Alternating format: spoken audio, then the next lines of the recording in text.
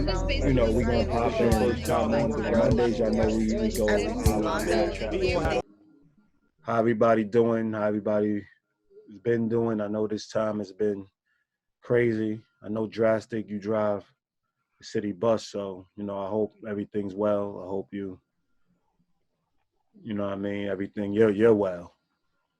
Glad to see you on here. Jazz, you're front line in the hospitals. Got both frontliners, but you know, you're in the hospital. Yes. I'm glad to hear. Jessica said he's well. Good to hear.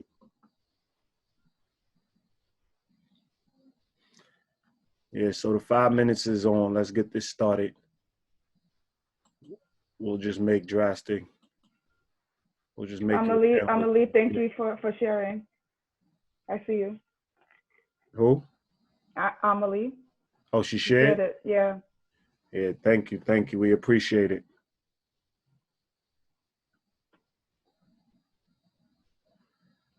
So Drastic, you up? We appreciate it. Oh, sugar, sorry. I didn't mean to do that. Today, you know, we want to just really talk about, you know, let's just get the discussion started. Today, we want to really discuss conflict. And, you know, are you afraid of conflict? And when you hear the word conflict, what is the first thing that comes to mind? Drastic, you have, what's going on, Darrell? What's happening? We thought you was going to be absent today. Nice to see you. I don't see him yet. Drastic, your video is not coming up.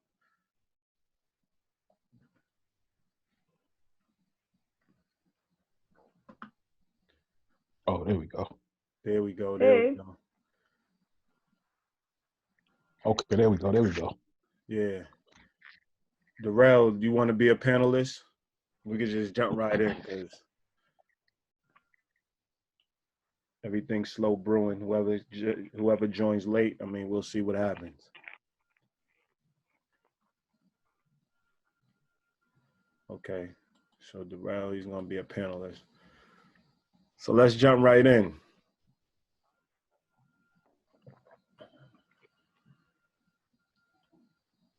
So Jasmine says conflict wins as a disagreement between two parties, first through thought. No, first thought. That's her first thought. She said she wrote that wrong. Oh, sorry, first thought. Got it. I guess that's what the asterisk is. Well, I mean, that's automatic, the disagreement. That's what conflict is. What about y'all two guys? What do y'all see when y'all think of conflict? Yeah. Yeah, I think of two or more opposing views, you know what I'm saying? So if there's a conflict between two people, they have two different perspectives and they're not aligned with one another at the moment, you know what I'm saying?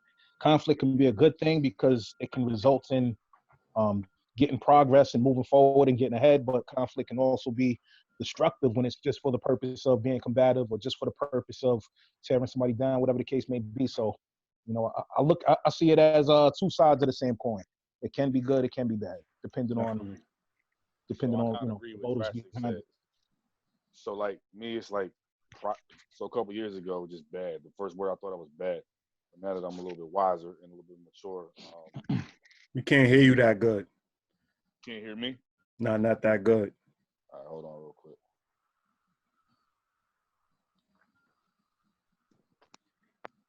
Can you hear me now? Yeah, we're good. It's a little better, yeah. All right. So, I mean, long story short, when I think of conflict, I think of good conflict and bad conflict. Okay.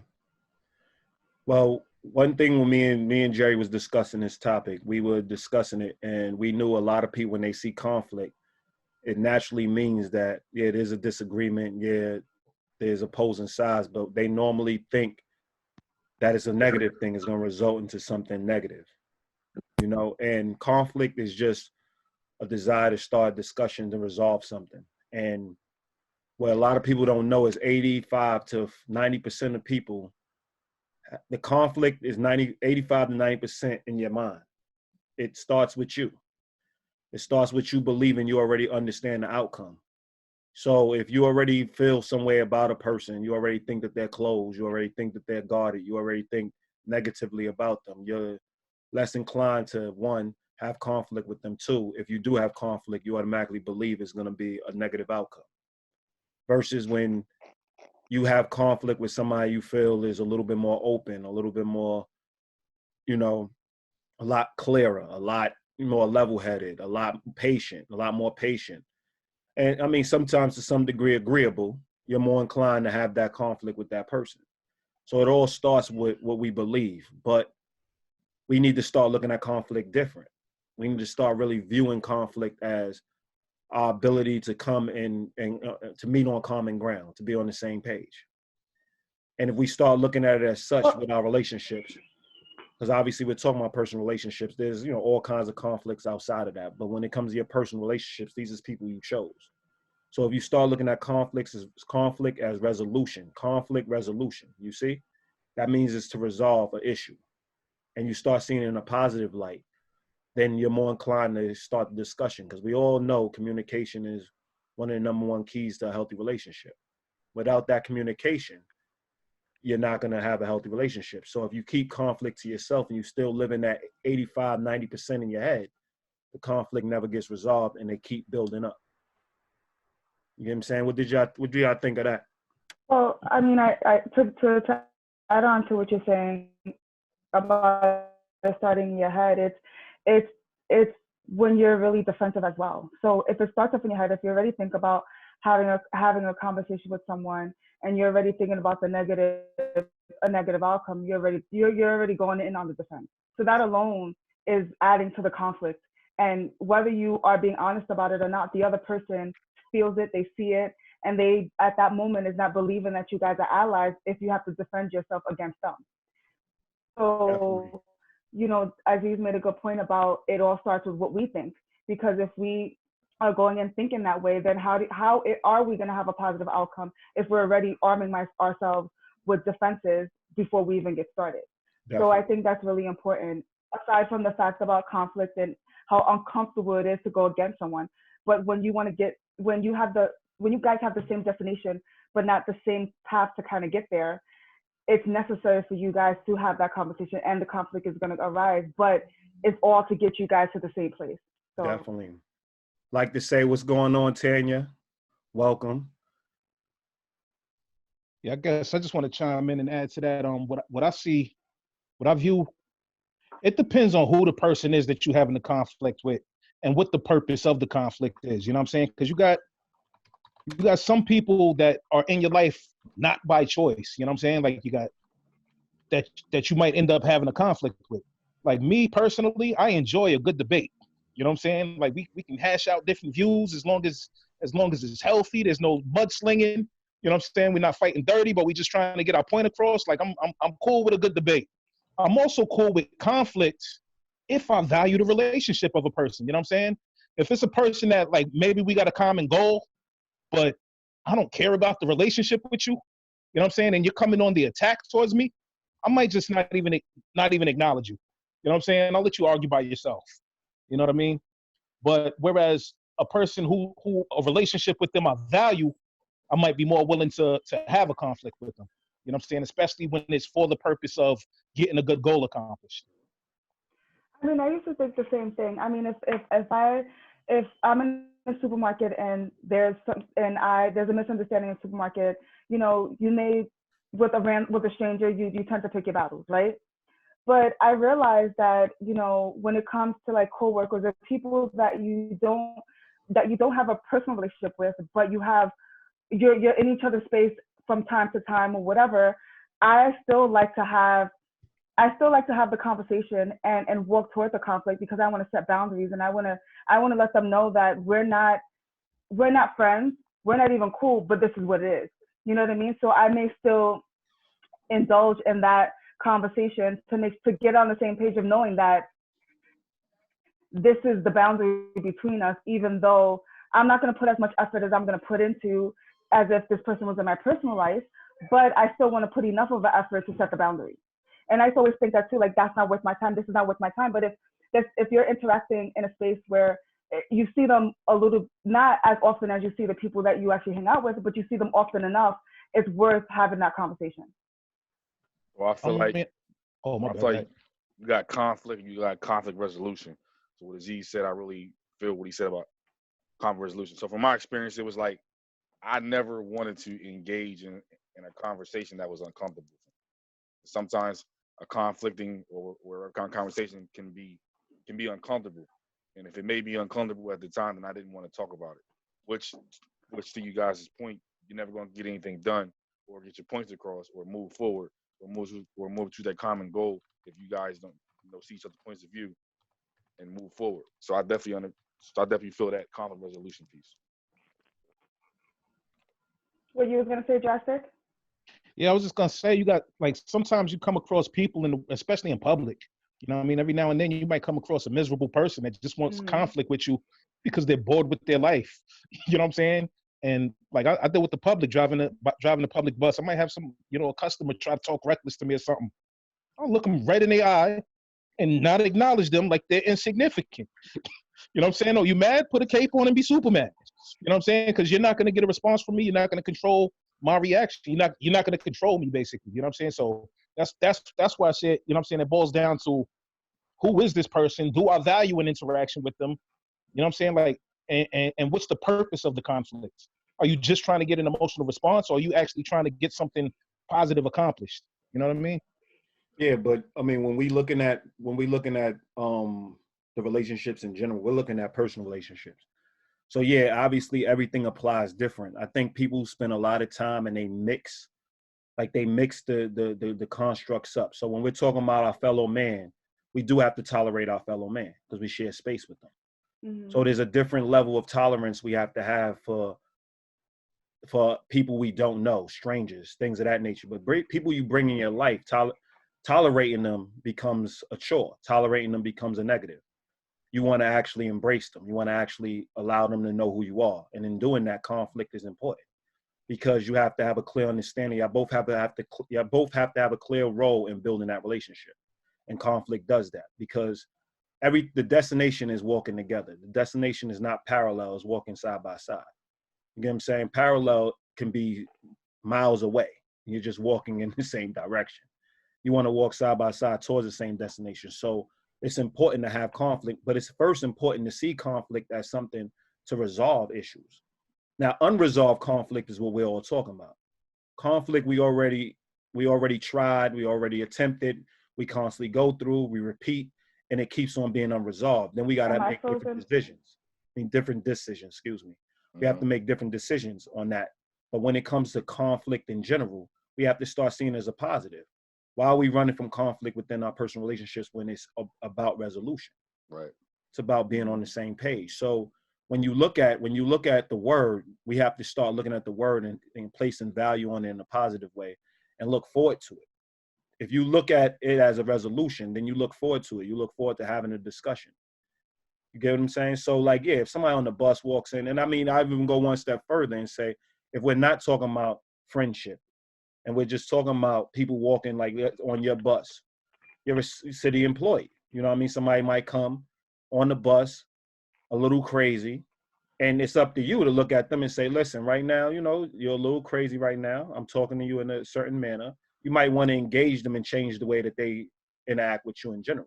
Yeah, so next time they see you, they already know the line of respect they should have for you. Yep. Yeah, absolutely. So it is about picking your battles, granted, but you have to maintain who you are at all times. That's what it's all about. I just want to ask you a question though, because I agree with your point of view as far as like personal relationships. Mm-hmm. But I want to know what your thoughts on, do you believe in rules of engagement? You know what I'm saying? Like, are there do's and don'ts for how you conflict with people that you're in a personal relationship with? Definitely there's rules of engagement. That's why you set the stage. Number one, when you enter a personal relationship, y'all have to be like-minded. That's the whole point. It's not about what makes y'all so different. It's about, do your differences add to your similarities? Does it help your common goal? So when you actually join a relationship, you want to sit down and how are we gonna handle conflict? Mm-hmm. You know what I mean? How are we gonna establish conflict? Of course, let's give you an example. If you're better articulating than the person that you're talking to, but they have a harder time articulating their point, right? Mhm. You probably allow them to articulate their point first, give them time to articulate their point, get a clear understanding of where they're trying to go, and then you join in because it's your strength. But you don't cater to them. You just have an understanding that they might have to get out what they got to get out first because you have a great understanding of who they are, and you signed on a relationship with them, and you understand that that's not a strong suit. So that's Yeah, a but rule of engagement. It's just having an understanding of who you're speaking with. Or how you're speaking to that person. We talked about that before. Definitely. There's definitely a certain way. Like I think I said it before, is how you're going to talk to me and how I'm going to talk to you. You're going to lose me if you talk a certain way to me. Like so I understand. I'm saying, you want to get your point across, or whatever the case may be. But how you talk to a person means a lot to me as well. Well, yeah, and I think that when you're meeting people, that's something that that's something that you should say right away. Right. Because that will be your rules of engagement. So just know whoever you deal with, whether it's friends or any of your personal relationships, they have to understand that that's something that you need, and they have to decide if they can agree or not agree. Because what you may deem disrespectful, or I may deem passionate, you know what I mean? And you may think my tone is to the left, but I'm thinking that I'm just showing that I'm really vested, So that's something that you have to put, you have to say in the very beginning. I would say this too, like, when I speak to a lot of people, and even dating myself, I know that when two people are meeting for the first time, whether it's a friendship or a romantic partner or potential romantic partner, they don't want to deal with conflict in the very beginning because they believe that that's a bad sign. That's a sign that it's not going to work out. And I believe that when you deal with conflict in the beginning, you realize that the other person is being themselves, and being themselves is not you guys are not aligned at that moment, but you guys are willing to have the conversation to align back up or get to that place. So what is your thoughts on meeting someone for the first time or meeting someone new? And before you move on, I just want to address something. There is the emotional aspect of a conflict, and then there's the logical aspect of a conflict. So I want y'all to look at this. Emotions, a person that is more emotionally, let's say emotionally immature, right? If you ever been in a relationship with somebody that you would deem emotionally immature, they tend to run the whole relationship. So how you speak to them is not necessarily a big factor because they can flip that emotion regardless of what's going on. Is it how you speak to them or what you're talking about? Because when you look at what the people you're the closest with, when you look at that person and the people that you are the closest with, you are the rawest with them. You're sweeter with people that you're not really as cool with. You're very relaxed, you're very passive, you're very, you can still be direct with those people, but you're not as invested. So you're really more of a politician with them. Versus people that you're actually cool with, you are raw with. You are comfortable saying certain things to them. You are a lot more direct. So how close, when you say it's how you talk to a person or it's how you address a person, what does that mean with somebody that you're in a relationship with, that knows your intentions, that know who you are? Shouldn't you be as free to say what you have to say because it's all about being honest in that moment and seeing what can come out of that honesty? Yeah, but I mean, so I feel what you're saying about being honest, but where I'm coming from is there's a certain degree of respect. You can be honest and say what's on your mind, but be respectful about it. Tone, you know what I'm saying? Things, in my opinion, things like that go a long way. You can get your point across without being disrespectful. Point blank, period. So you think disrespect just deals with tone? Yeah, it doesn't. Yeah. No. Because passive aggressive is disrespect. A person could be pacifying you, and it's disrespectful. So I'm using tone, as an example. Okay. Yeah. So that's what I was saying. Yeah, I mean, if now we're talking about disrespect. Disrespect doesn't even deal with tone. It deals with the level of respect you have for a person. Yeah. It's being dismissive. You could not say a thing and just be dismissing somebody. You can just be sitting there nodding your head and being very passive and disregarding. Or shutting down and disregarding them. So there's just too much that goes into when you deal with the relationship just through negative emotions.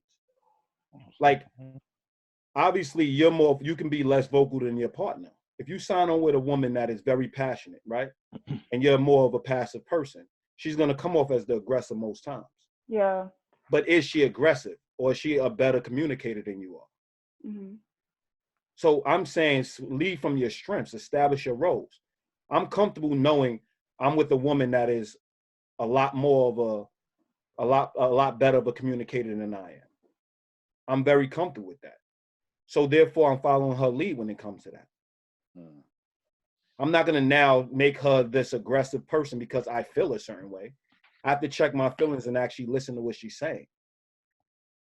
If it's somebody that I'm cool with, my peoples or something, then it's the same thing. Like they can be yelling at the time because they're passionate and because we're engaged in something that hit home. But at the same time, it's not the emotion of it. It's more of what's being said. Am I trying to get to the destination? Don't lose focus of what we're trying to do. We're trying to find common ground. Bottom line. And intent also plays a role as well. So I think that that's all the things that should be factored in too. And knowing who you're dealing with. Like if Aziz is raising his voice and he's passionate about a topic, you know that he's not being disrespectful, right? Because of who he is. So I think knowing who you're dealing with plays a part in how you take in what's being said as well. Definitely. And I see a couple of questions here. So yeah, where are you looking at these? On the chat or on Facebook? Well, I'll go with Tanya first because she's on the chat. All right, and then I'll do Facebook next. And she's like, how many times do you have the same conversation? I would say as many times as you're going to have the relationship. Like once you can't get past a topic that means something to you, that's of value, it's going to be hard to stay on the same page. So a relationship ends if you can't find common ground in something that you're very passionate about. I don't care what happens. You can have 7 good days. It keeps coming back. The same thing keeps coming back. The same thing keeps coming back. It becomes repetitive. That means you're not going in the same direction. What's common about that? It means you're just passing the time with one another. Mm-hmm. So the key is to link up, find common ground, and to be on one accord. So yeah, there's not as many times as you're going to have the discussion and want to stay in a relationship. That's how long you have it. Once you deem it's not worth it anymore, and you shut down and you're like, it's not worth it anymore, 9 times out of 10, you halfway out, 1 foot out the relationship anyway. You're starting to tolerate the partner, or you're starting to tolerate your friend or whatever. So it's based on how real you being with yourself. And that's how long you're going to have that same discussion. I mean, it's a lifetime friendship. You're going to have similar discussions, but you shouldn't keep repeating yourself. It just shows one person's not taking in information. Because once you agree, number one, you shouldn't move on to the next topic until y'all both come to agreement. And whoever doesn't honor that agreement is obviously falling short. So now you're holding them accountable by saying, listen, we just agreed on this. This is both of us. This is both our ideals. This is both our beliefs. Once you agree, you saying we both are going to walk in the same direction with this ideal, this belief in mind. So therefore, you hold them accountable. Now it shouldn't be a long-term discussion of views. It should just be, listen, you said that this was the case. Are you going to continue walking this way or not? Because we're going to have to end this right now. Like you're going to have to, at that point, both people agreed. So you're holding them accountable. This should have been already resolution. So go ahead, so I'll take the comment to Facebook. So Chiri said, how do you know if there is too much conflict in the beginning? Well, you realize that if you believe it's too much, it's too much conflict in the beginning if your beliefs don't align. So you guys are arguing or disagreeing about the same thing, but ultimately if your beliefs don't align, then you guys are going to continue to argue about the same thing. So when you meet someone new and those are the arguments, then and once you identify that your beliefs and your principles don't align, then you're probably going to have to make a decision. So I think then that's when you realize that it's too much conflict because you guys are fighting a fight that you guys are never really going to come to a resolution. It's never going to come to a resolution. Number one, to add to what Jerry's saying, Chi, if you put 2 in front of anything, I want you to understand 2 is an exaggerated word. So once you put an exaggeration in front of something, 9 times out of 10, you lost interest in the relationship to begin with. Because 2, how could you have too much conflict? Conflict, again, what we were saying in the beginning, is a positive thing. It's to find common ground. So if you actually understand that you're going to have a lifetime of conflict, whether it's external or internal. You're going to have a lifetime of conflict. But when you see it as a good thing, it's to discover something new or to come to common ground. You understand conflict is good. When does it become bad conflict is a whole different understanding. Well, that's what he So said. when you put two in front of it, I think it's a bad conflict. So the relationship is not a relationship you want to stay in, because it couldn't be you, it couldn't be the other person. It could just be the chemistry of how y'all, what y'all interests are and what y'all find important. Well, Because it goes back to beliefs. it's really about chemistry. Yeah. When you meet people, it's about chemistry. And we don't have great chemistry with everybody. So therefore, when we meet those particular people that we actually want to go through life with, it's because we bring the best out of each other. We can bring the worst out of each other, but 9 times out of 10, we're working to be the best with each other. So that should be the goal at all times. Yeah, I agree with that. But go ahead, Jerry. You can go back to what you was. I don't know if you remember, because I cut you off. Or you were saying how when you start dating. Yeah, because she was. I believe she was touching on when I was saying when you meet somebody for the first time. Mm-hmm. So yeah, that's what I've known. I've met some people, and we were fighting a fight that we were never going to end up on the same side. So at that point, you realize that you got to kind of cut your losses before it even starts and keep it moving, because you know that you guys, no matter how many times you talk about this topic, one person believes one thing, the other person believes another. And because of that, you guys won't have the best relationship. So I think, I mean, like as you said, when you put two in front of something, you're exaggerating it, but that's when conflict is, it doesn't make sense for you to keep having the same conversation, because you guys will never be on the same side anyway, especially in the beginning. I want y'all to really look at the word too. You're too emotional. Yeah. You're too angry. Like every time you mention that, you're trying to manipulate to some form of fashion. You're trying to manipulate the person to move the way you want them to move. So it is about, instead of tone, it's about the way you address your message, the way you deliver your message. You have to be clear on your message, because passive aggressive and being pacifying is abuse. Mm-hmm. It's just a clever way of doing it. Or even shutting down. Shutting down could be equally as abusive as well. Definitely. When you just don't say anything, and you just don't participate, and you just don't want to meet me in the middle to even have the conversation, that's an issue as well. So yeah. Emily said on Facebook, but sometimes people, she's going back to the tone, mm-hmm. But sometimes people think the way your tone is towards when you are talking to them is disrespectful. Well, yeah, to Darrell, he believes that. So maybe you and Darrell now. But the point is that y'all gonna start coming from me too. Yeah, I mean, I think that's a lot of people. A lot of people are raised to think tone, like they decide, like who decides what disrespect is. We try to stay away from spiritual words. And respect universally has power, right? But we try to stay away from spiritual words, because your disrespect and my disrespect can be two different things. Mm-hmm. So how you internalize it as disrespect, you're already labeling me disrespectful. Instead of saying, what are you trying to say? Why are you raising your voice? Ask questions. Get definitives. Investigate. But once you already say, this is how you honestly, already closed off the discussion. You already closed. They already see that the defenses is coming up, because y'all two equals. So my voice may be raised, but you still should feel like an equal. I see both of your points, though. You can disagree. It's okay. It's okay to disagree. This is conflict. We're talking about conflict. It's okay. Yo, but the way I look at it, though, like I agree with what you're saying, especially when you're dealing with a personal relationship. You should be able to freely express yourself.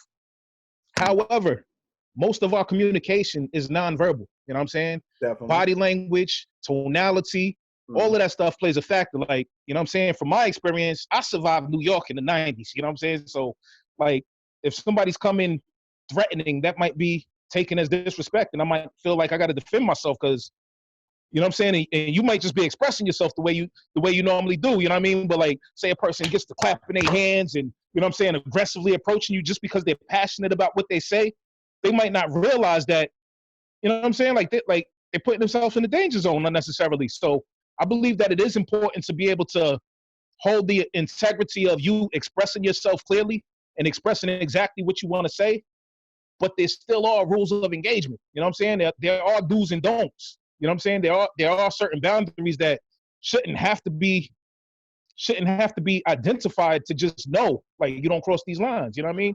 Like, if I'm disrespecting you, like, why would I call you stupid because I don't agree with your point of view? Or why would I, you know what I'm saying? Different things like that. Like, there's certain rules of engagement that should just be, you know, obvious and you know what I'm saying? It should be obvious that there's certain lines that don't be crossed, you know? So here's what I'm trying to say. Okay, like, for example, and Jerry brought this point up, right? When you meet somebody and you establish, you know what I'm saying, boundaries, that should be something that is established from day one. So that's Jerry's point. So from Aziz's point, right? If I'm passionate, you know, if I'm yelling or doing what I'm doing, basically what I'm trying to find out what you're saying is, like, I should be able to look past that because of you trying to get your point across.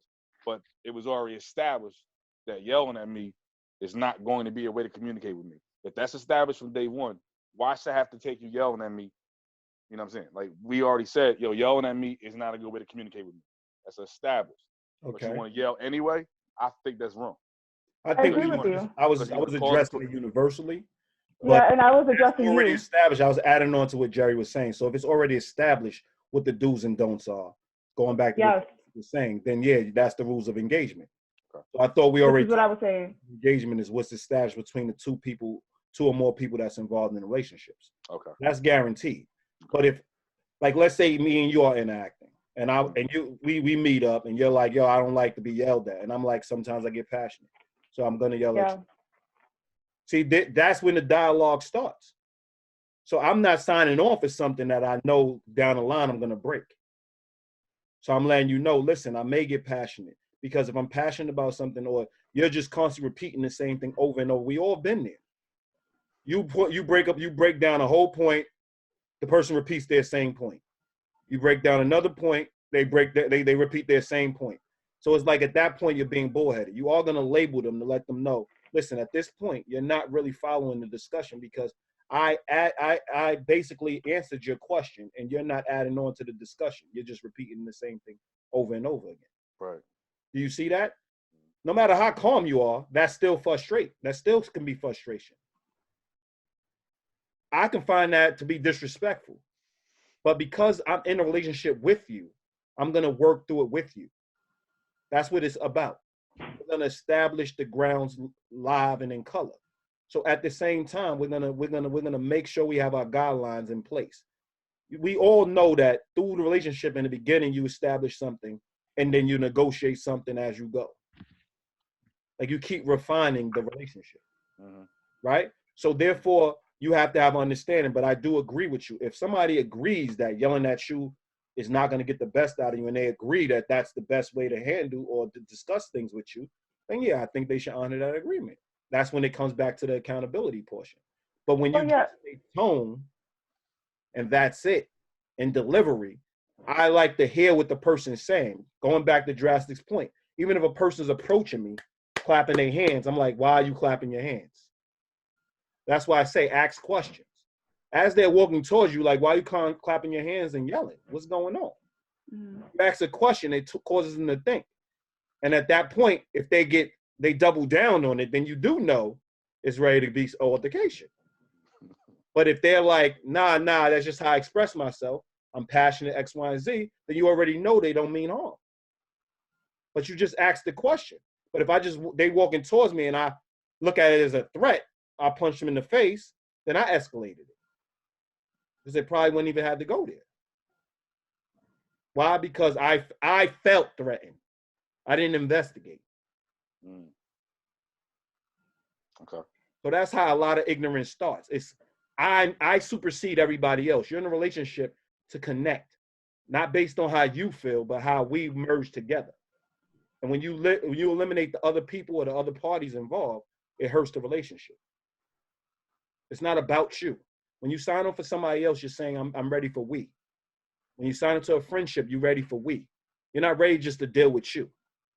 So you keep coming from, oh, well, this is how I do things. But there's no more I. There's we. So how do we handle conflict? What's the best way? What's the best practice? It starts going into those ideals.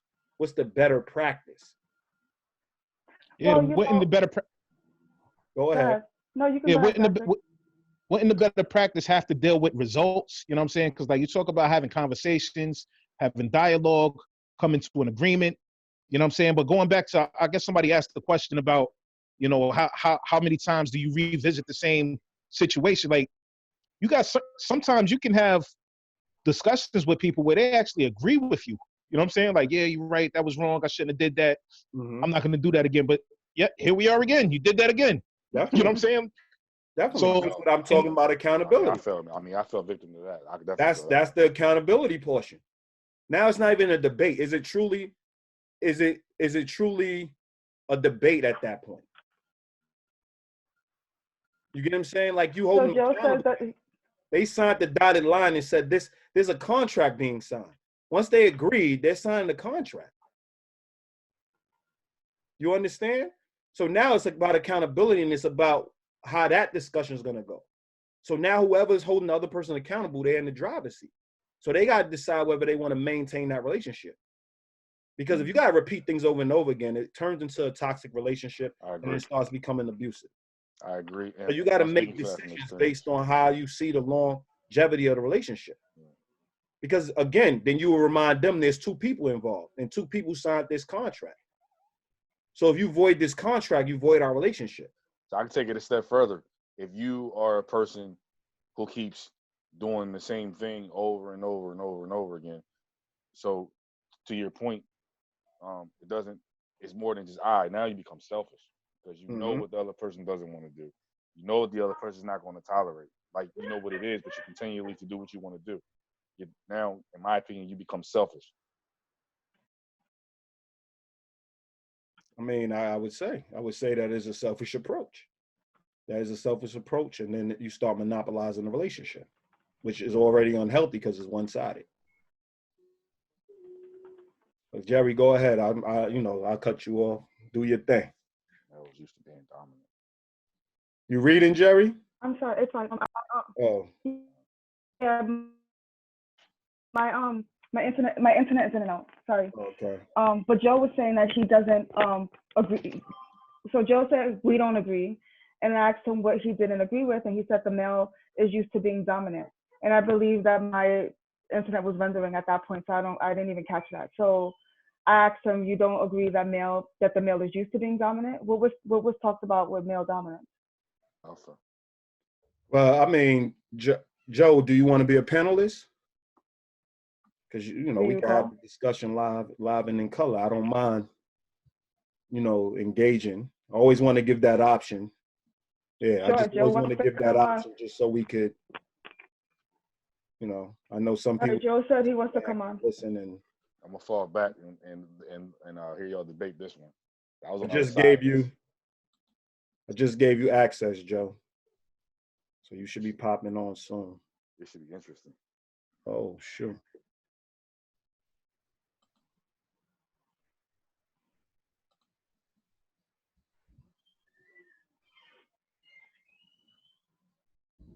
That's Jasmine, not Joe. Yeah, no, I hit Joe too. I don't know what happened. I hit Joe and then it went to Jasmine. But in the meantime, I wait for Joe. Huh? Yeah, he disappeared. Oh.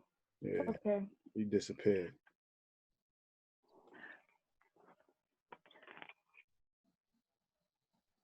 So, I mean. But, as we were talking about, tone and everything, I was thinking that. Go ahead. Oh, she froze. Yeah, I don't know what's going on today. Yeah. Go ahead. I can hear you now.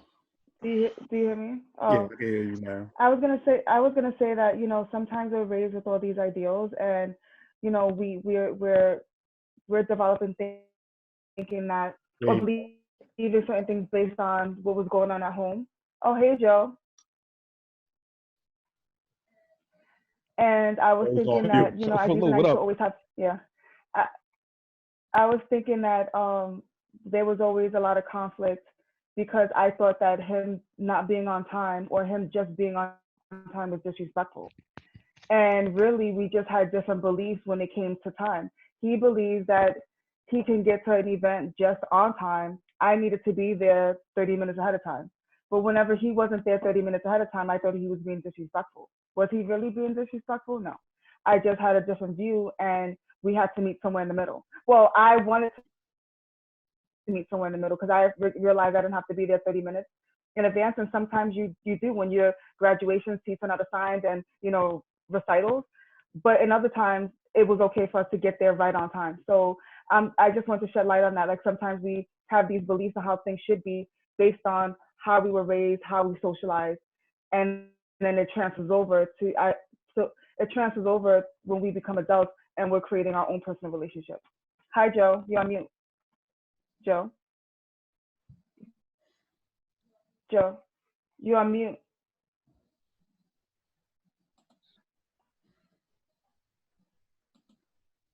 Hi. Joe. Now we can hear. Oh. Can you hear me now?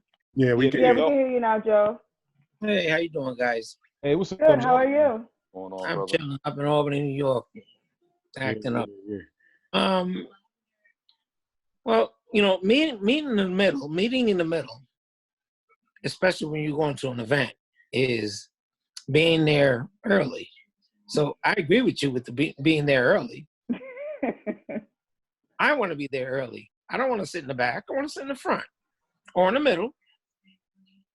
Somewhere where we can meet the people that we want to meet or see the people that we want to see. So I totally agree with you. Not dissing any of you guys there, but it's just rough. We're rough when it comes to that. Yeah, but understand that now you and Jerry will be compatible. Yeah, we would be. That's what we're saying. We're talking about when you're with somebody who doesn't agree with that. So meeting in the middle would be based on it's whatever the agreement you decide. So she might want to be there a half hour early. I might want to be there right on time. We might just say, let's be there 15 minutes early. Yes. That's meeting in the middle. But because her and I are compatible doesn't make me, you, or anybody else in the room compatible. I hear arguments with all my buddies all the time about compatibility, and what Jerry and I agree with, you might not agree with. Definitely. Nobody in the room might agree with. Drastic measures, he'd be late. Okay. That's a fact. I love him to death, but he'd be late. Okay. And it's not about being late or being a minute man or being a minute woman. It's about comparably being there in the sense of, hey, I can take a seat, I can relax, and once again, look around the room and see who I want to see. Most males that I know, okay, are just, they're not there with that. They're not there with that. Females, they like to get pretty, they like to do this, that. The females that I've been with. And I'm a happily married man, so I'm talking about my wife. Okay. She knows. If I say I'm leaving at 4:45, I'm in my car. I'm getting ready to leave at 4:45. So she's ready about 4:45. And that's the bottom line. That's the bottom line for me. So Jerry, thumbs up. Well, and not thumbs down to you guys, because I don't know you'll have to put out the disclaimers. We with you. We're with you. Don't worry about it. Yeah, I never said I was a person that wanted to be late. This is a hard. This is accountable love. This is the love snobs. We tell it how it is. We like to hear it straight. You never have to apologize for your point of view. We're gonna disagree with you sometimes, but you're gonna, what I mean. We're gonna do it as drastic and Darrell said, respectfully.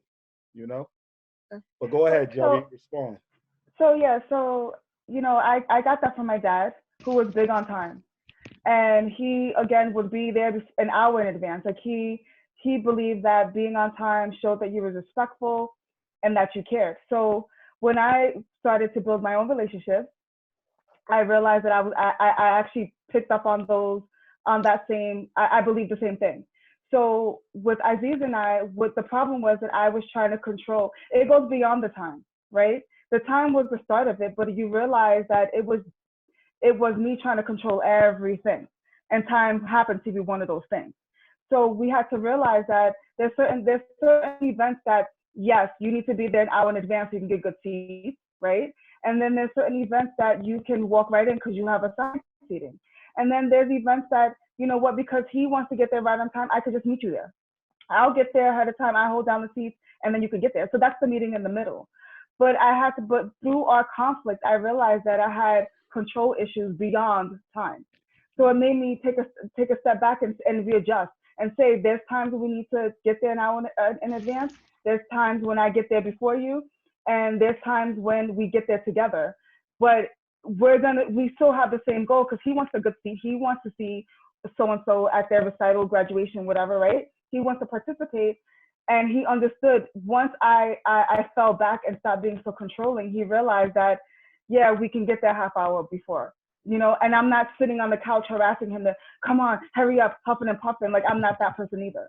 So it goes like, yes, the time thing, I understood why my dad did it, but he also had control issues as well. So Joe, I'm sure you probably have control issues too. Even though you come from a good place and I know that you want the best in the house and you want to interact and do all that, but there's other things that probably that's triggering that as well. Do you agree, Joe? And I think, wait, before we go on, that adds to what Chi was saying on Facebook, right? She said, does it ever cross the line when a friend refuses to apologize for something that they done wrong during a conflict? So, like, if you proved it was wrong, right? So going back to what Jerry was saying, there's a dialogue that needs to be had between everybody involved. That's when it becomes an issue. When there's a conflict, everybody has a discussion, but everybody's agreeing to disagree. Right at that point, when you look at the agreeing to disagree, is it something of value? Is it something that's going to persist? Is it something that's going to not allow y'all to be aligned when it comes to that area?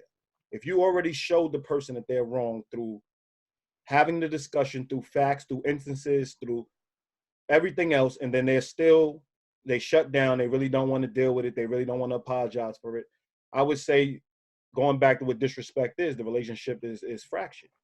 Yeah.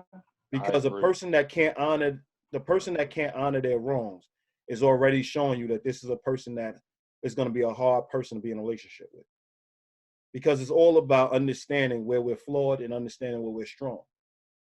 Leading with our strengths, being students in our weaknesses. Mm-hmm. You get what I'm saying? I got a question based on what you just said, and also it's really for Jerry and Joe, because both of y'all agree that, you know what I'm saying, like being on time, being punctual is important. I guess the question is, Jerry already answered it because you said you see things differently now. You don't want to be as controlling and stuff like that. But do y'all basically see it as a person is intentionally being disrespectful when they don't take punctuality as much as you do? Question for Jerry, I guess, for your past, how you viewed it, and also for Joe. You know what I'm saying? Do you view that as a person intentionally trying to disrespect you, or do you take into consideration that some people have weaknesses in that area, that they're just not punctual individuals, and it's not a personal attack against you? Well, if Jerry, you don't mind me. You go ahead, Joe. Jump in. Well, after being married for 20 years to my wife, you know, to me, it's selfish. Mm. If you know that I'm punctual to different events, whether it's the movies or especially graduation. I got 7 kids, okay? So I see a whole bunch of graduations. God bless you, 7 kids. God bless you. Thank you. 6 girls, 1 boy, the boy being the youngest. Mm-hmm. Drastic, no. But, you know, it's being disrespectful. I want to see my son walking across the aisle. There was one instinct where I had to go pick up my mother-in-law, and she wasn't ready, and I missed my daughter's last dance. That didn't set too well with me, but everybody else was okay with it. Like, oh, you see him next time. Listen, I have 3 kids dancing. When they were dancing, I paid $25,000-$30,000 a year to watch them dance. I want to be there for every dance they take or they have. You know, so selfishness is beyond. It's just way beyond. It's out there, especially when you're in a relationship for a long time, and everybody should be at the same level.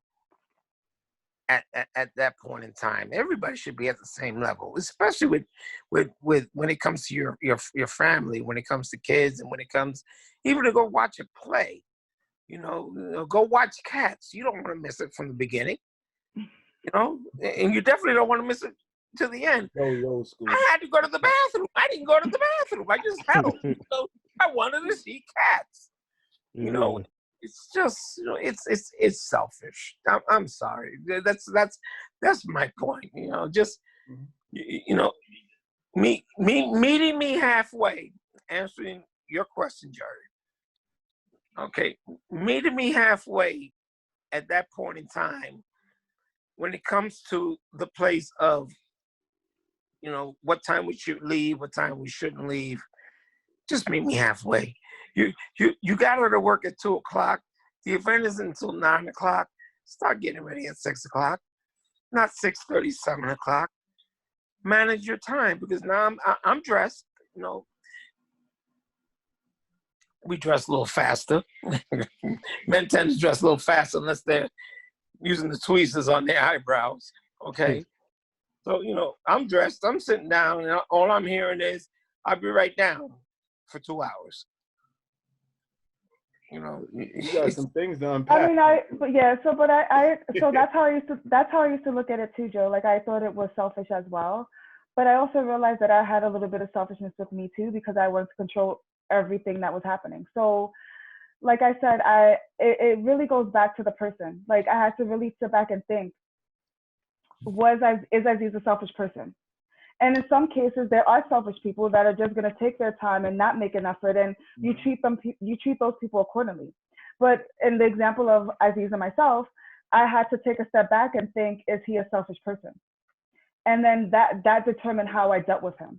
And then that determined how, you know, yeah, maybe I was being a little dramatic by being there an hour in advance, or really clocking the time or doing whatever. It made me self-reflect and think about how I wanted to proceed in terms of events with Aziz.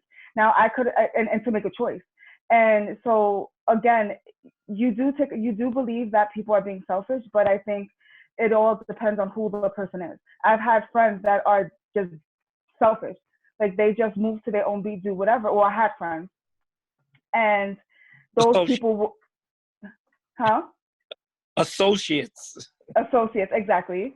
And I had people that I was around that just kind of they showed up when they showed up, if they even showed up. You know what I mean? And so you treat those people accordingly. So I had to kind of put things in buckets, and really, before I go crazy about time, I had to take a step back and think about who I was going at, and is that person malicious, selfish, and they want to see the graduation as much as I do. They may just be running late. You know what I mean? It's not disrespectful. It's not personal. Yeah, like Tanya said, she hates being early to things. She doesn't like to wait.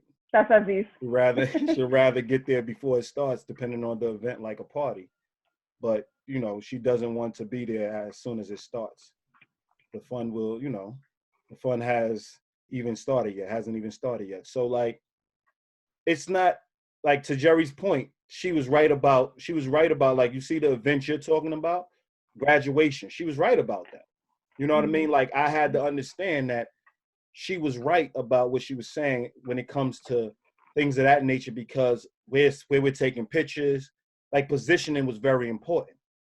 You know, you wanted to be there in a place where the positioning needed to be right. You had to take pictures. You didn't have to come all the way off the balcony to go to the front to take pictures. You know, it was dealing with where we were being placed. So she would say, listen, I'm going to head out there earlier to make sure we get the proper seating. But at the same time, I'm like, I can see your point in the graduation. Let's just communicate. The thing about it is, we're getting ready to go to graduation. Understand that there are different situations for different times. So our agreement was, let's communicate based on event we're going to. So she was right about that. So what I did was I'm going to go a half hour early. Because I understood as long as we're together, we're having a good time anyway.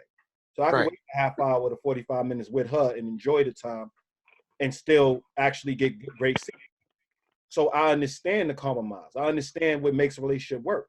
But then now when you step back, like what Tanya was saying, going to a party, like I'm gonna get there half hour, 45 minutes, right on time to get everything started. Why? Because I don't like the build up. Like on a roller coaster, the worst thing for the roller coaster is when I'm going up slowly. That's the most. The anticipation is a problem. But it's not about I. So yeah, it might be a problem for me, but I still want to hear her perspective on why we should get to the party on time. And if she gives me a great perspective, I'm there. I'm like, yeah, let's leave, because she's like, well, when you show up, a party could get started. We start parties. So why we wait for it to be people to be there first before we get there when we the party starters? You're right. Yeah. You're right. And I'll go.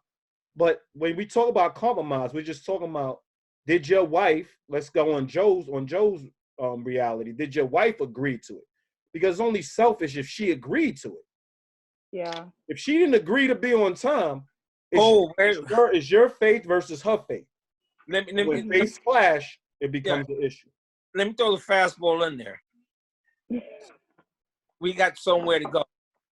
I don't want to include a party, because a party you can show up late at the party. Okay, that's what I'm saying.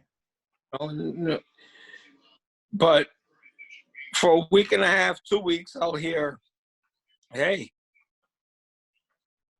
we're leaving at 6:30. We're leaving before 6:30, and here it is, 7:30. She's doing makeup. My daughter's doing makeup on her, and they're doing her hair. Meanwhile, she has rested all day, and now we get ready to leave. So yes, I get proper warning that everything's gonna be all right. And then here I am sitting on the couch dressed. I don't want to get a wrinkle on my pants, on my shirt, or my jacket.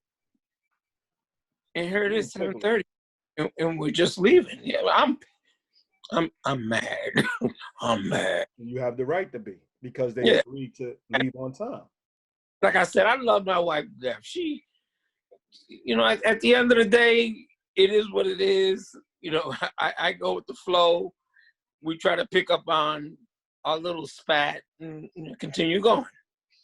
But still, until the next event. My gosh, here comes the next event. Same thing.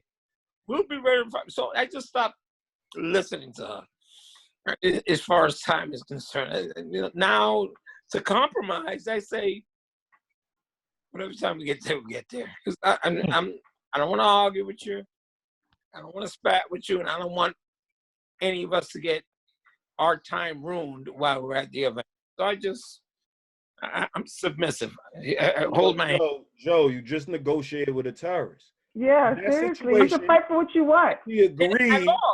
In that situation, she agreed to follow your lead. And you let her navigate you, and you're in the driver's seat. And you know where you're going. So she appointed you to drive. She appointed you to lead. And then at that particular time, she took your leadership away. So who's truly the leader?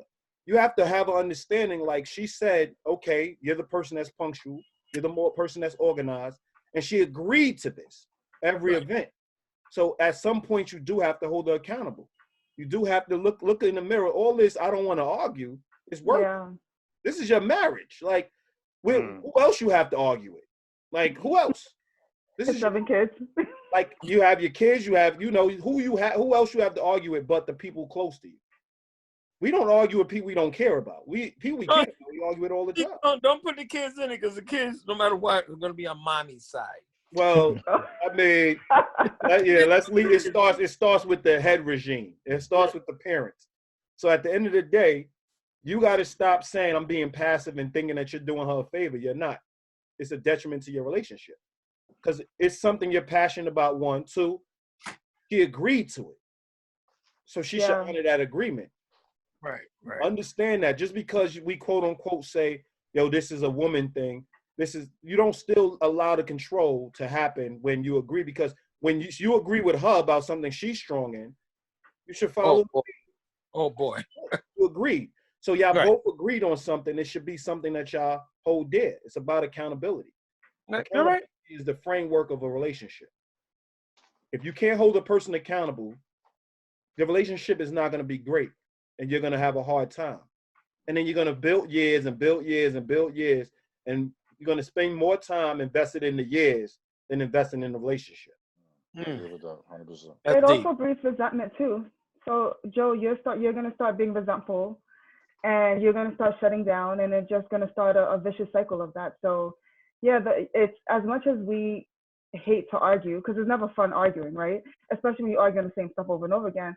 But it's Right. worth it to make sure that you guys are on the same page, so that you guys, when the next event comes around, she already knows that I'm lounging around all day until 4 o'clock. 4 o'clock comes, I'm gonna start getting ready, get my hair done, do whatever, so I could be out the house with Joe. Hey, So not sitting on the couch wrinkling his pants. Hey, is it a terrible idea for a compromise in the form of different vehicles? Like he still can be on time and she doesn't have to be? Yeah, if that's agreed to, yeah, if you agree to that. I remember having a conversation with a coworker because she said that she's, again, like us, Joe, she believes in getting to places early, and he doesn't care about getting to places late. And he has expressed to her that he doesn't care about getting to places on time. So I said, well, why do you have to travel together anyway? And she said, well, then if we take 2 cars or he takes the Uber, it's going to spend extra money. And I said, yeah, but if he's not trying to get there on time, and you hate being late, and you don't want to get to if you don't want to get to an event late, then maybe that's, you guys are going to lose money in the process because you guys are on separate ends of it. But you guys should probably travel separate, because then you guys are not arguing about he's upset because you're rushing him, she's upset because she's late. So the compromise could be that they could go in separate cars. So if you guys talk about it, it's all about communication, it's all about expressing that, it's all about having that talk, and then coming up with a decision that makes sense for that you guys are okay with, so that you can hold each other accountable. So the next event, she's huffing and puffing on the couch, she's like, you can leave. And if she decides not to leave, then she should be sitting on that couch quiet. You see?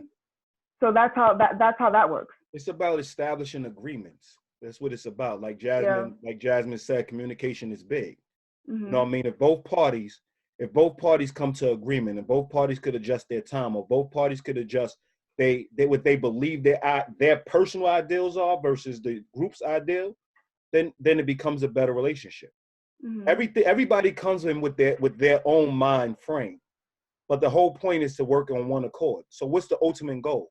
Is the ultimate goal being in the same car together because it may be a 2-hour drive? Mm-hmm. Is that the ultimate goal, spending time, that 2 hours together? If the ultimate goal is to do that, then that's what the ultimate goal is. So everybody has to work on one accord to accomplish that goal. If the ultimate goal is just getting to the place and getting seats, yeah, then you can go ahead, Joe, get all the seats, and then have everybody else show up when they come.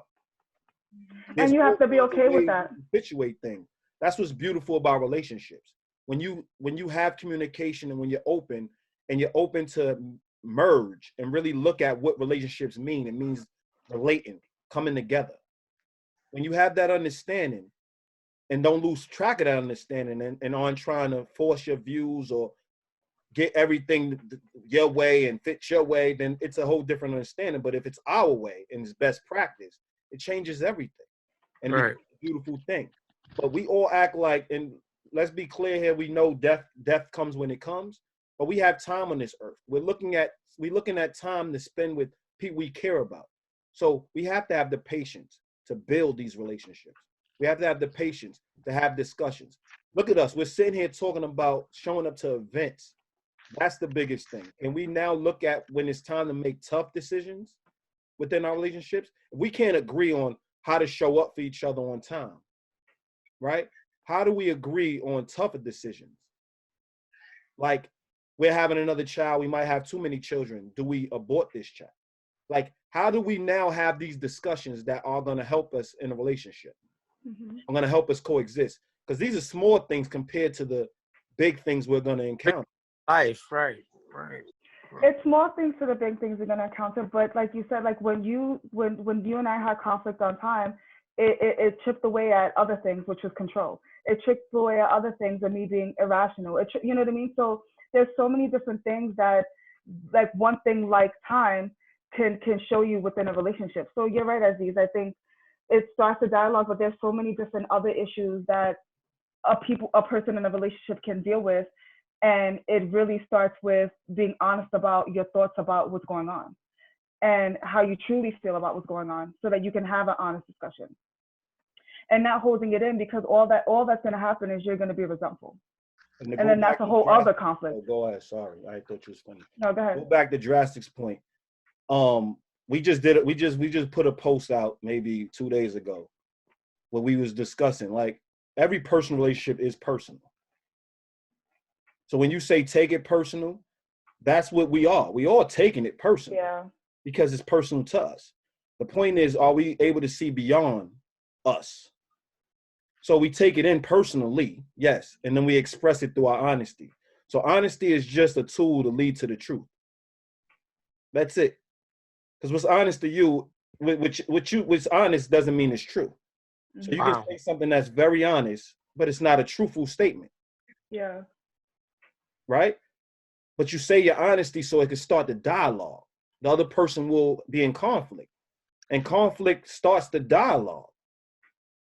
So look at it. When you now take in information, you're using business terms. That's why they say don't take it personal, because it's business. Business has a different goal in mind. Mm-hmm. Not to build relationship, but to make money. So that's why they say don't take it personal, because we're just trying to get that paper. But a personal relationship is personal. So you take it personal, take it near and dear, and show that you're personal by showing up every day, putting in the work every day, and having conflicts like Joe was saying. Don't never say, listen, I'm done talking, knowing that you're on point. Mm-hmm. Best practice is what your goal is every day. Mm-hmm. So if showing up on time is your goal, there's hard decisions that need to be made, because I have the ultimate goal. The ultimate goal, we all agree that being on time to these events is very important. So we're going to lead through me. No ifs, ands, or buts, because we all agreed on it. Now, the conflict starts when we don't agree. So we don't agree, we have the conflict. But once it's resolved and everybody agrees, now it's time to hold people accountable. So that's the important piece. So it is personal, because anybody we argue with and take the time to really discuss things with, it's personal. Beyond that, when it's not personal, we could care less. Like what you said about the guy walking on the bus. You're not personal with him. Yeah. So it means less. So we got it backwards. We argue more with people that we are personal with. Mm-hmm. We don't have time for the people we don't. So Drastic and I know that very, very well. Huh? Drastic and I know that very, very well. Very, very well. You put the passion together. You put the passion first. Who you're personal with, you have conflict with. Once you stop having conflict, you got to look in the mirror and say, I'm done with having conflict. I'm tired. The relationship's probably on its way out. So you think about it. Once you like, I'm not even going to argue with this person, you already know the relationship just took a hit. Yeah. Because they should be always a person you're willing to argue or have conflict with to resolve an issue, which goes back to what we talked about before. Conflict needs to start being looked at as the ability to resolve an issue. Unresolved conflict causes the friction. Wow. When two people can't resolve it, decisions have to be made. And to add to what you're saying, Aziz, you know, when you are when you're having a discussion and two people are on separate ends, and you're the one being told that you're not being the good friend, the good girlfriend, or the good wife, those conversations are never really, they're not easy to hear, they're not easy to sit through. But what you should always remember is the person's taking out the time to have that conversation with you, so they're giving you the opportunity to change your behavior. The minute someone stops talking to you means that they just don't care what you do with what you do, and they're moving on with or without you. They're moving on. They're checking out.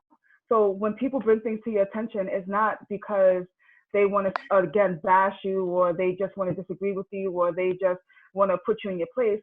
It's really about letting you know that I'm vested in this relationship. I really want us to connect. In order for us to connect, we have to have these conversations. And that's why I'm talking to you. Like you know, I'm a boss at work. It's the same thing at work. Like you know, you talk to employees and you always have I don't know about you guys, but you always have an employee that I've had employees that you see they have all the potential in the world, but they're not really living up to their potential. And you keep having that conversation with them, because you really want them to get to that full potential.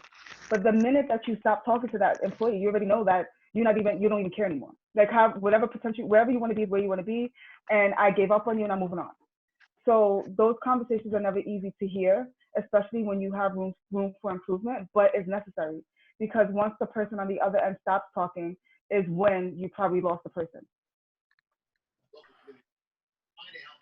So Drastic, what you think?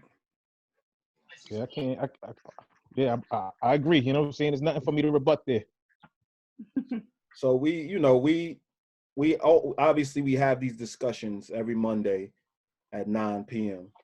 so we can have adult dialogue. Like, it's important to hear different people's point of views, but at the same time, like we do this. This is what we do for a living, right? So though we hear people's point of views, we are trying to educate people on how to have healthy and equal relationships. And in doing such, we have to know that we have to start looking at words different: communication, conflict, all these negative cliche words people run from. And it's really the things that hold that glue your relationships together.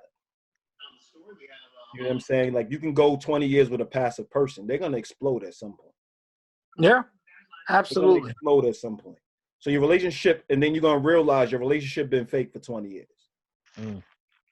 How do you identify that though? Because don't you get into situations with some people at times where there is no conflict? You know what I'm saying? You're assertive in expressing who you are, your honesty. You know what I'm saying? Like, you're not biting your tongue, you're letting it be known, and there seems to be no resistance against that. You know what I mean? Yeah. Well, then that's you know that relationship's not healthy. Yeah, that's a red flag. Yeah, that's a red flag. You already know that, and not saying you have to disagree, but where there's no resistance, meaning that they're not even, you're saying these people aren't even expressing why they agree with what you're saying. Yeah. That's fake. But I think that's the follow-up is an important component. Absolutely. There's so many yes mans. Like, let's be for real. We know the people that don't want conflict, and they're gonna do what they're gonna do anyway. You know what I mean? Like, I watch them like, I look at them, you're gonna do what you're gonna do anyway. You're not even listening. Yeah. So you already know the bobbleheads. Yeah. But the point is, you got to decide the relationships you are in. We can talk about 27 other different gang members that's together and all kinds of different organizations that are not healthy, but they're coexisting for years. We could talk about that, but we're talking about your relationships. So when you're talking about your relationships, it's when it comes to personal relationships, it's selfish relationships that you promise to be selfless in. So you pick them. You decide who's in your life. You could not be around somebody because you don't like the way they chew. That's a choice. Don't ever let anybody tell you you're petty for your choices. When it comes to your personal relationships, you should get who you want. But at the same time, you got to understand when you're being irrational. See, there's a difference between me saying you petty. That's a quick word of that's me dismissing you. Versus irrational. I'm explaining why you're being irrational. Just because I chew this way doesn't mean that all these other attributes fall at the waistline. You get what I'm saying? So I'm fighting for our relationship. And at the end of the day, you're like, chewing supersedes all those things. Relationship's over. One person is out, the relationship's over. So you always got to understand the whole point of relationship is to relate. But in doing that, there's no way you meet anybody that just agrees with everything you stand. That's a yes or man. That's a yes or woman. Yeah. So understand that. I understand that because I've been around people. I have a strong personality, and I've been around people that claim to worship the ground I walk on. I'm not a fool. I know I'm on borrowed time. And those same people, months later, you just always got something to say. You controlling me. They always come out with all the things that you're like, wait up, we was cruising just now. So I understand what you mean, but at the end of the day, I moved on to people who are more equal and ready for healthy relationships because they're not afraid to push back but at the same time, we're not arguing just for self. We're arguing for us. That's the difference. I don't just want to be right. I want us to do the right thing. So there's a big difference. I want the right path. That's it. Forget my ego, forget my feelings. I want to be on the same page and walk towards the same destination. Whether I'm right or wrong, I want the best practice. That's my aim. And I believe that should be everybody's aim. Bring the best out of the people you're around. Yeah, you're gonna be a good pastor one day. You already there. What you talking about? You already there. I'm feeling him. I'm feeling him every Monday at 9 o'clock. Yeah, be here, Joe. Yeah, Joe. Oh, absolutely. I'm enjoying this. I feel it in the heart. Yeah, good. I'm glad. Feeling it in the heart. See, God works in mysterious ways. My bedtime is at 8 o'clock. I'm 56 years old. You know what I'm saying? And I'm flicking through my Facebook, and I see drastic measures. Bought somebody else in my life that I happen to know personally for years. And this is up. This was up. I like, it's, you don't get into conversations these days with anybody like this. Thank you. No, they want to talk negative, they want to talk positive, and they want to talk this and that. And, I let them do what they got to do, and I keep it moving. But I like this. I like this. Thank you. I appreciate you, man. Yeah, thank you, Joe. We really appreciate having you, and we look forward to seeing you every Monday. Definitely. It's been a great discussion. It's about that time. But wait, I just want to read Jasmine's comment, and then it kind of encompass everything. But Jasmine says, yes, like as we said prior, 80% of conflict deals with what we already believe before we address the issue. So once we are open and courageous enough to talk about it, issues can be resolved. And as Jerry said, once one issue is resolved, others get chipped away at. So that resonated with her, and it's so true. And we hope that this discussion, the takeaway from this discussion is that everyone starts to look at conflict differently, and it's not the worst thing. It's not a bad thing at all. And that we are communicating healthy, and you start that communication. You start healthy communication by communicating. And so, we're just happy that we were able to have that conversation today. You could check us out. We have, we're on Instagram. Joe, you can follow us on Instagram. You can follow us on Facebook. We go live every Monday. We also have relationship building services as well. So you can check out our Accountable Love page. We have an Accountable Love website, AccountableLove.com. So you can check that out as well. We have podcasts, Joe, and anybody else that's out there. So we have podcasts on our Accountable Love page and on Spotify, Google Play, and iTunes. So YouTube, we also have a YouTube channel. So we're radio, we everywhere. Yeah, iHeartRadio. So you guys out there. Okay, that's good to know. Yeah, so you and your wife could listen to some things, you and your kids. We have something for everybody. We have accountable parenting. We have, again, like I said, we have content for everyone. So just check us out. Definitely. So thanks, guys. Thanks. We see y'all next week. Hold on, real quick, before you bounce, I just want to give a shameless plug to my peoples. You know what I'm saying? I finally got a COVID mask that I actually think is comfortable, because I hate wearing these masks. Just got this from Yamaguchi, Lark Street in Albany. Lark Street in the house. You know what I'm saying? Some people referring to it as the Cuomo mask, because Governor Cuomo went into their shop and bought some masks and nice. put it on the news and everything. So yeah, they got those masks at Yamaguchi, Lark Street in Albany, New York. Yeah, big things. All right, y'all. So all right, good night, everybody. God bless your family. Same time, same place. And God bless America. Definitely. Yes. Thank you. Bye, guys. All right, guys.